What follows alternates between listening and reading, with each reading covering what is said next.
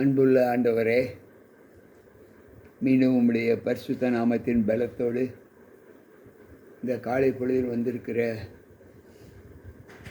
எங்கள் ஒவ்வொருவரையும் உம்முடைய திருக்கரத்தில் ஒப்புக் கொடுக்கிறோம். உம்முடைய வல்ல வார்த்தைகளின் பலத்தினாலே எங்களை ஏற்று பலப்படுத்தும். மீட்பர் இயேசு கிறிஸ்துவின் நாமத்தில் ஜெபிக்கிறேன் நல்ல பிதாவே, ஆமென். அன்பானவர்களே, தேவ கிருபை இந்த செவ்வாய்க்கிழமையின் காலையின் ஆசீர்வாதம் முழுமையும் பெற்றுக்கொள்வதற்கு தேவ சமூகத்தில் அழைக்கப்பட்ட நாம் இன்றைக்கு அவருடைய வார்த்தைகளை கேட்க வந்திருக்கிற உங்கள் அனைவருக்குள்ளும் தேவன் தங்கியிருக்க வேண்டும் என்று நாம் விருப்பத்தோடு தேவ சமூகத்தில் நம்மை ஒப்புக் கொடுப்போம். மீட்பர் இயேசு கிறிஸ்துவின் நாமத்தில் இந்த செவ்வாய்க்கிழமையில் வாழ்த்துக்களை கூறி உங்களை அன்போடு வாழ்த்தி வருக வருக என்று வரவேற்கின்றேன். இன்றைக்கும் யோபு தன்னுடைய ஞான வார்த்தைகளை அங்கே நமக்கு எப்படி வெளிப்படுத்துகிறார்? அங்கு அவர் சொல்கிற வார்த்தை, ஸ்திரீனிடத்தில் பிறந்த மனிதன் வாழ்நாள் குறைந்தவனும் சஞ்சலம் மிகுந்தவனுமாய் இருக்கிறான் என்று சொல்லுகிறார். அவன் பூவை போல பூத்து ஒரு நிழலை போல தன்னுடைய வாழ்க்கையில் நிலையற்று ஓடிக்கொண்டிருக்கிறான். ஆகிலும் இப்படிப்பட்ட மனிதன் உம்முடைய கண்களுக்கு முன்பாக தன்னுடைய வாழ்க்கையின் ரூபத்தை காண்பித்து கொண்டிருக்கிறான். அவன் அசுத்தமானதிலிருந்து சுத்தமானதையும் பிறப்பிக்கத்தக்கவன்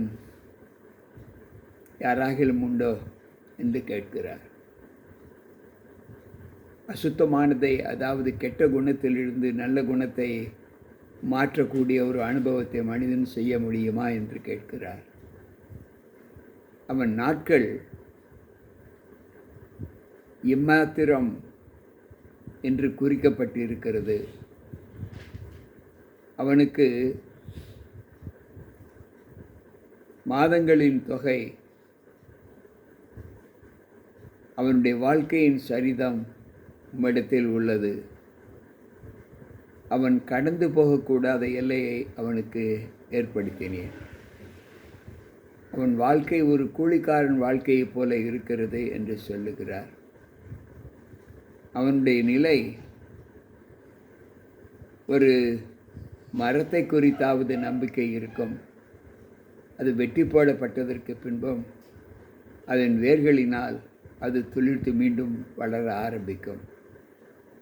ஆனால் மனிதன் எப்படி இருக்கிறான்? மனிதன் செத்த பின் பிழைப்பானோ? ஜீவித்து போன பின் அவனுடைய நாட்கள் எப்படிப்பட்டதாய் காணப்படுகிறது?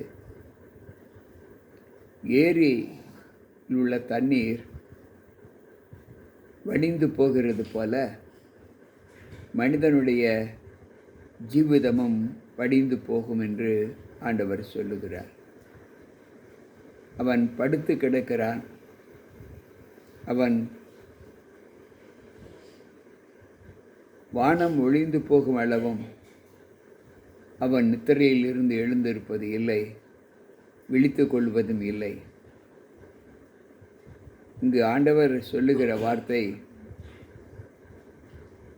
மனிதனுடைய நிலை எப்படிப்பட்டதாய் காணப்படுகிறது? மனிதன் செத்தபின் பிழைப்பானோ? எனக்கு மாறுதல் எப்பொழுது வரும் என்று தனக்கு குறிக்கப்பட்ட போராட்டத்தின் நாட்களிலே அவன் காத்திருக்கிறான். அன்பு பிள்ளைகளே, மனிதனுடைய ஜீவிதம் இன்றைக்கு எப்படி முடிகிறது என்று யோபு சொல்லிக் கொண்டிருக்கிறார். எப்பொழுது என் நாட்களை எண்ணுகிறீர்? என் காலத்திலே எவ்வளவோ கவனமாய் இருக்கிறீர்.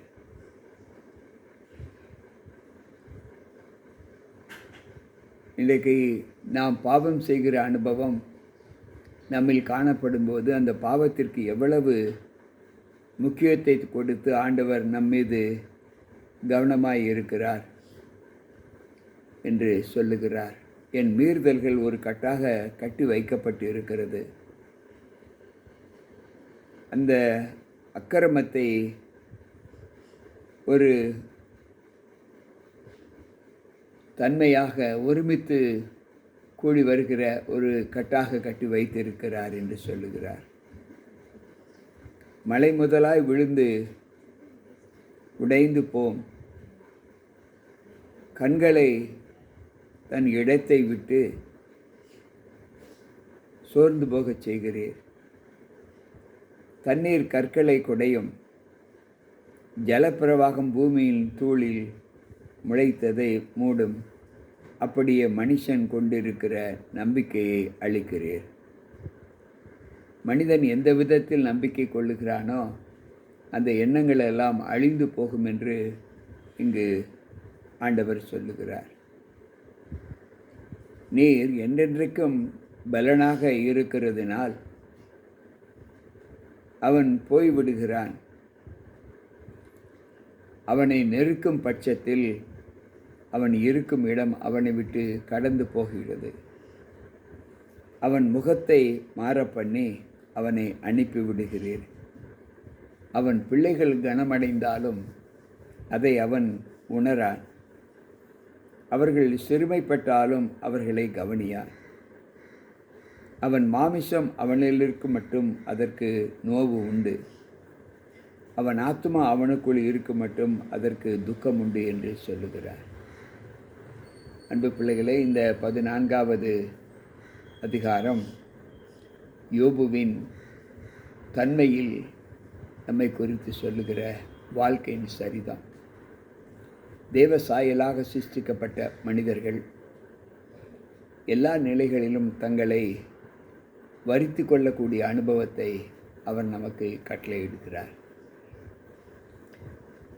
உலகத்தில் நமக்கு உபத்திரவம் உண்டு என்று யோவான் 16:33 சொல்லுகிறது. மனிதன் பிறப்பதே சங்கடத்திற்குள் தான் என்று ஆண்டவர் சொல்லுகிறார். இவ்வளவு ஞானத்தை மனிதன் பெற்றுக்கொள்ளுகிற இந்த காலத்தில் மனிதனுடைய நிலை எப்படி இருக்கிறது என்பதை எல்லோரும் உணர்வது இல்லை. அந்த உணர்வை இங்கு ஆண்டவர் நமக்கு கற்றுக் கொடுக்கிறார். மனிதனுடைய வாழ்க்கை தண்ணீர் ஏரியிலிருந்து வற்றி போகிறது போல நம்முடைய வாழ்க்கையில் நம்முடைய நடைகள் நிறுத்தப்படும். நம்முடைய கண்களின் காட்சி மறைக்கப்படும். இருதயத்தின் நோவுகள் நம்மிடத்தில் அதிகமாக ஆட்கொள்ளும். ஒரு மனிதன் தன்னுடைய ஜீவித நாட்களை இந்த பூமியில் விட்டுவிடக்கூடிய காலம் இப்பொழுது சமீபித்து கொண்டு இருக்கிறது. ஆண்டவர் சொல்லுகிற வார்த்தை எப்படி மிருகங்களுக்கு நேரிடுகிறதோ அதே போல மனிதர்களுக்கும் நேரிடுகிறது. மனிதன் மிருகங்களை காட்டிலும் மேன்மை உள்ளவன் அல்ல என்று இங்கு வேதம் நமக்கு கற்றுக் கொடுக்கிறது. எனக்கு பிரியமான தேவ பிள்ளைகளே, இந்த மனிதனுடைய சஞ்சாரம் நமக்கு எவ்வளவு வேகமாய் ஓடிக்கொண்டிருக்கிறது என்று ஆண்டவர் சொல்லுகிறார். நம்முடைய வாழ்க்கையின் மாதங்களின் தொகை அவர் கரத்தில் இருக்கிறது என்று சொல்லுகிறார். ஏனென்றால் இங்கு சங்கீதக்காரர் சொல்லும்போது, நீர் என் காலத்தை அறிந்திருக்கிறீர், அவைகள் உம்முடைய கணக்கில் அல்லவோ இருக்கிறது என்று இங்கு வேதம் நமக்கு கற்றுக் கொடுக்கிறது. அன்பு பிள்ளைகளே, நாம் நம்முடைய ஜீவித காலங்களை எப்படி பார்க்கிறோம்? என் காலங்கள் உமது கரத்தில் இருக்கிறது, என் சத்துருக்களின் கைக்கு என்னை துன்பப்படுத்துகிறவர்களின் கைக்கும் என்னை தப்புவியும் என்று 31வது சங்கீதம் 15வது வசனம் சொல்லுகிறது. நம்முடைய காலங்கள் தேவனுடைய கரத்தில் இருக்கிறது என்பதை நாம் ஒரு நாளும் மறந்துவிடக்கூடாது. எனக்கு பிரியமான தேவ பிள்ளைகளே, இந்த காலை வேளையில் நம்முடைய நிலை என்ன என்பதை ஆண்டவர் நமக்கு கற்றுக் கொடுக்கிறார்.